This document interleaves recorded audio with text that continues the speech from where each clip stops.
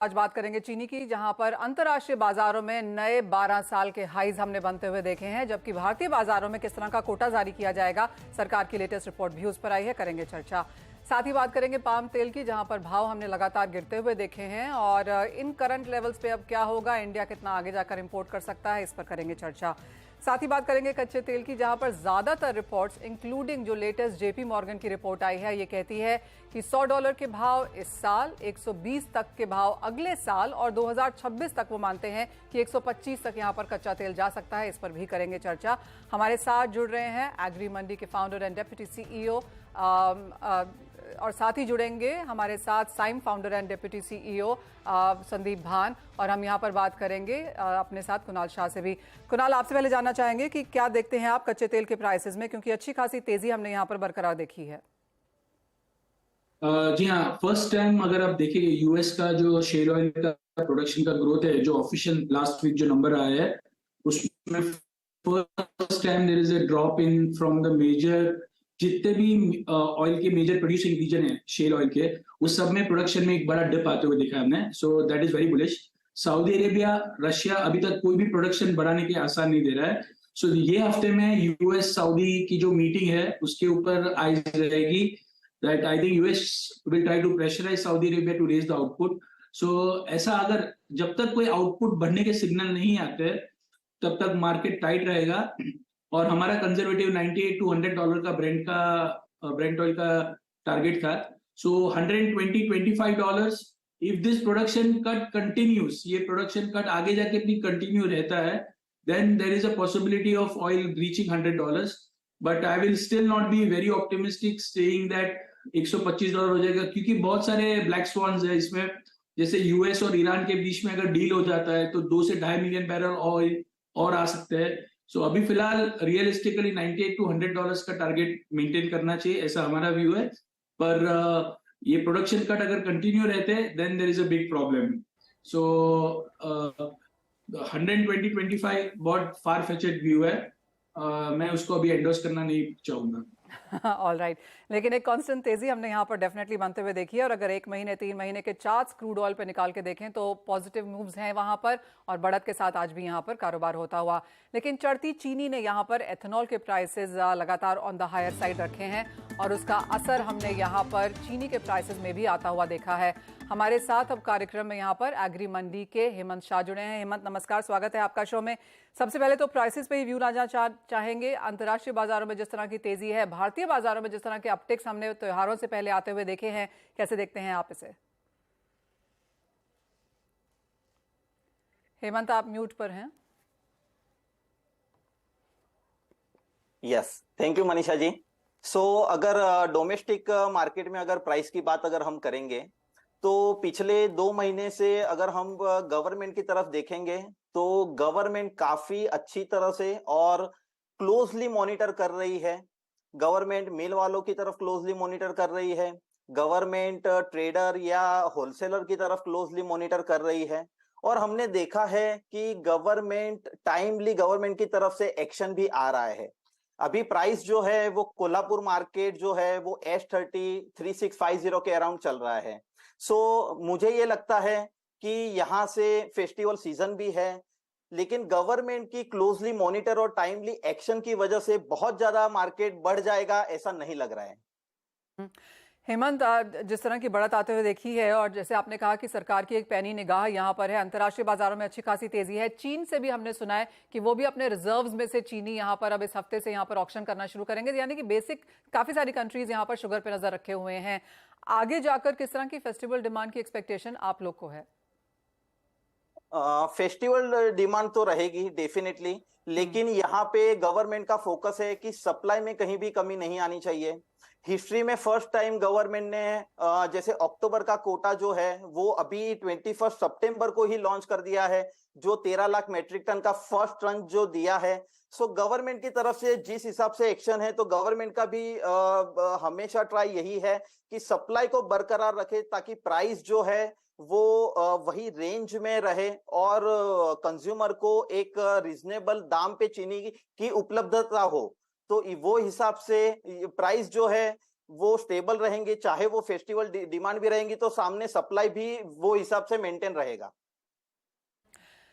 हेमंत, जैसे आपने ट्रांच के बारे में बात कही, जो अक्टूबर का कोटा जारी किया गया है वो 10 तक है और उसके बाद सरकार कोटा फिर से जारी करेगी। सरकार ने ये भी कहा है कि मिले अगर 8 अक्टूबर तक अपना जो उनका सोल्ड अनसोल्ड है, क्या इन्वेंट्री है, वो बताएंगी नहीं, तब तक उन्हें कोटा जारी नहीं किया जाएगा। जो स्टेप्स, जैसे आपने कहा कि हमने पहली बार काफी सारे इस तरह के स्टेप्स आते हुए देखे हैं, कितना लंबा, इवन एज हम लोग क्रशिंग सीजन में यहाँ पर जा रहे हैं, क्या एक्सपेक्टेशन है आपकी, क्या एक्सपेक्ट किया जा सकता है बाकी के 2023 के लिए? देखो, प्रोडक्शन फिगर की अगर हम बात करेंगे तो जैसे अल नीनो का जो इफेक्ट जो इंडिया को हिट कर रहा है, अगर हम मॉनसून को अगर ध्यान में रख के अगर चले तो अल नीनो जो इंडिया को इफेक्ट कर रहा है उसमें सबसे ज्यादा इफेक्ट जो हुआ है वो महाराष्ट्र एंड कर्नाटका को हुआ है। यूपी में बारिश अच्छा हुआ है तो यूपी में प्रोडक्शन के चलते कोई भी दिक्कत नहीं लग रही है, लेकिन ओवरऑल जो एस्टिमेटेड जो प्रोडक्शन फिगर जो सामने आ रहे हैं वो है 30.5 मिलियन मेट्रिक टन के फिगर सामने आएंगे, जबकि पिछले साल जो था वो 32.9 मिलियन मेट्रिक टन था। सो प्रोडक्शन तो कम आएगा, लेकिन उसके सामने ये भी देखना होगा कि हमारा जो डोमेस्टिक जो खपत है, जो जो डिमांड रहती है इंडियन मार्केट की, वो करीबन 28 मिलियन मेट्रिक टन की है। तो यहाँ पे अभी भी हमारी डिमांड से ज्यादा प्रोडक्शन अवेलेबल है, तो यहाँ पे चिंता करने की कोई जरूरत नहीं लग रही है। यहां से अब प्राइसेस को लेकर क्या व्यू है? जैसे आपने कहा कि भारतीय बाजारों पे तो सरकार की नजर है ही, एक्सपोर्ट अभी भी यहां पर प्रोहिबिटेड है, वो शायद दिसंबर जैन से पहले हम सुनेंगे भी नहीं, लेकिन अंतर्राष्ट्रीय बाजारों में जो 27 सेंट्स अ पाउंड के आसपास के प्राइसेस अब आ चुके हैं, जहां पर ज्यादातर लोग, चाहे वो रैबो बैंक है, सगडन है, मैरिक्स है, इन सबका मानना है कि भाव अब 30 तक भी जा सकते हैं, बहुत दूर नहीं है उन लेवल से। आपका क्या व्यू है? जी बिल्कुल। अगर ग्लोबल मार्केट की बात करेंगे तो डेफिनेटली ये व्यू हमारा भी है। और जैसे प्रोडक्शन फिगर की अगर इंडिया की बात करेंगे तो इंडिया में कमी नजर आई है, सामने थाईलैंड में भी प्रोडक्शन में कमी नजर आई है। ग्लोबल मार्केट में तो हमें भी यहाँ पे हम भी बुलिश है, और यहाँ से अगर नियर टर्म की अगर बात करेंगे तो 5 to 7% का उछाल हम ग्लोबल मार्केट में देख सकते हैं। ऑलराइट, तो यानी 5 से 7% की तेजी यहां से भी चीनी के भाव में देखने को मिल सकती है। और जैसे हेमंत कह रहे हैं कि उनका भी व्यू यहां पर बुलिश है, 30 सेंट्स अ पाउंड की पॉसिबिलिटी चीनी में आगे जाकर यहां पर नजर आ रही है। हेमंत, बहुत शुक्रिया साथ जुड़ने के लिए। तो वो एक कमोडिटी जहां पर बुलिशनेस अच्छी खासी है, लेकिन इंटरेस्टिंगली देखना होगा कि सरकार यहां पर काफी सारे स्टेप्स ले रही है। जो करंट कोटा है वो 10 अक्टूबर तक है, और जब तक मिलें अपलोड नहीं कर देती वेबसाइट पर कि उनका कैसा कोटा है, तब तक उनको नया कोटा अलॉट यहां पर नहीं किया जाएगा। तो क्लियरली काफी सख्ती यहां पर चीनी एज अ सेक्टर में आती हुई। ये तो बात हुई शुगर की, लेकिन आगे बढ़ते हैं और बात अब यहां पर पाम की कर लेते हैं, जहां पर पाम तेल के प्राइसेस में लगातार हमने गिरावट आते हुए देखी है। मल्टी वीक लोज पर फिलहाल यहां पर प्राइसेस हैं। जहां तक इंडिया की बात है, जहां पर हमारा टोटल का 60% कंजम्पशन पाम के हिसाब से होता है, वहां पर भी अवेलेबिलिटी, इंपोर्ट्स रिकॉर्ड पर हैं और प्राइसेस में हल्की सी गिरावट यहां पर भी मौजूद है। हमारे साथ अब यहां पर संदीप भान हैं, जो कि COO हैं साइम डार्बी ऑयल मलेशिया के। संदीप हाय, बहुत शुक्रिया साथ जुड़ने के लिए। सबसे पहले तो प्राइसेस पे व्यू लेना चाहेंगे। अपने हाई से अच्छी खासी गिरावट यहां पर है, ऑलमोस्ट 50% प्राइसेस अब रह गए हैं, जहां पर हमने पिछले साल इन्हें आता हुआ देखा था। यहां से आपकी क्या एक्सपेक्टेशन है? देखिए, प्राइसेस जब पहले 4000, कुछ 2-3 हफ्ते पहले जब 4000 क्रॉस कर गया था, उस तब तक चाइना की बाइंग बड़ी एग्रेसिव थी। वो बाइंग स्लो डाउन होने के बाद और मलेशियन पाम ऑयल बोर्ड की जो स्टॉक रिपोर्ट आई थी, उसमें जो स्टॉक्स हायर दिखाए थे मलेशिया में, close to 2.1 million ton plus, उन दोनों को देखते हुए प्राइसेस में करेक्शन आ गई। एक तो चाइना बाइंग खत्म कर गया और स्टॉक्स हाई आ गए, तो दोनों का इंपैक्ट आ गया और prices came down to 3650 3700 level के आसपास। अब इस लेवल पे थोड़ी सी इंडिया की डिमांड देखी जा रही है। पिछले कुछ 2-4 दिन से इंडिया की बाइंग अब आ रही है, बाकी डेस्टिनेशनों से भी थोड़ी थोड़ी बाइंग आ रही है, जो पहले बिल्कुल थम सी गई थी।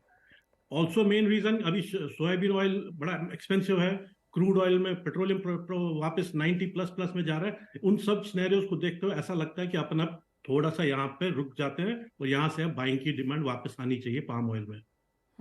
संदीप, हम इंडिया में जितने भी ऑयल इंपोर्टर्स या ऑयल इंडस्ट्री से बात करते हैं, उनका मानना है कि जिस तरह की इंपोर्ट्स जुलाई एंड अगस्त में देखने को मिले हैं, सितंबर भी शायद ऑन द हायर साइड रहेगा, लेकिन अक्टूबर से इंपोर्ट्स थोड़े कम हो जाएंगे आगे जाता हुआ, because we are a flush with the inventories right now. आपकी क्या सेंस है? I do agree कि अभी October onwards we will seasonally also India कम करता है अक्टूबर नवंबर दिसंबर में, और यहाँ पे भी प्रोडक्शन बड़ा कम हो जाता है इस पीरियड में. सो अभी जो इंडिया ने मिलियन टन प्लस ले रहे थे वो हमारी कैलकुलेशन के हिसाब से will go down to 600 to 700,000 tonne for October November December. जिस तरह की इंडिया की कंजम्पशन है पाम को लेकर संदीप, वीव सीन की वो एवरी ईयर बढ़ते हुए ही नजर आई है. जैसे मैंने कहा कि 60% हमारी जो एडिबल ऑयल की कंजम्पशन है वो पाम ऑयल है. क्या ये नंबर आप बरकरार देखते हैं, या जिस तरह की ग्रोथ हमने पिछले कई सालों में आते हुए देखी है आपको लगता है ये कंटिन्यू कर सकती है? इंडिया के पास चॉइस बहुत कम है और ऑल्टरनेटिव्स भी बहुत कम है. पाम के सिवाय और कोई ऑल्टरनेटिव नहीं है. So we are only going to see palm traffic growing to India. All right. आज जिस तरह के प्राइसेस हैं, जिस तरह के इंपोर्ट्स हैं, Malaysia Indonesia being the major producers and exporters as well, जिस तरह की नीतियां वहां पर हैं, उनके बारे में क्या व्यू है? अभी तो यहाँ पे देखिए सप्लाई तो बहुत है. सप्लाई को देखते हुए यहाँ पे अभी बस डिमांड की जरूरत है. और at this moment we are looking for India की बाइंग आए और बाकी डेस्टिनेशन की भी बाइंग आए. सो पॉलिसी डिसीजन इस टाइम ज्यादा इंपैक्ट नहीं दिखा रहे. इनफैक्ट इंडोनेशिया में जो एक्सपोर्ट टैक्स है which is likely going to go down by $25, and it might CPOP it might go even $50 lower also for first of October shipments. Sandeep, एक जो प्राइस ब्रैकेट वहां पे होता है, जिस प्राइस ब्रैकेट से वो पॉलिसी डिसीजन होता है, उस प्राइस ब्रैकेट के हिसाब से जो एवरेज रेफरेंस प्राइस है वो कुछ 50 सेंट से $25 को हैंग कर रही है. We'll get to know in next few days time कि वो अब $25 होगा कि $50 होगा. ऑलराइट. एक और चीज जो long standing demand Indian markets की रही है ड्यूटी डिफरेंशियल को लेकर रही है, palmolein and crude palm oil को.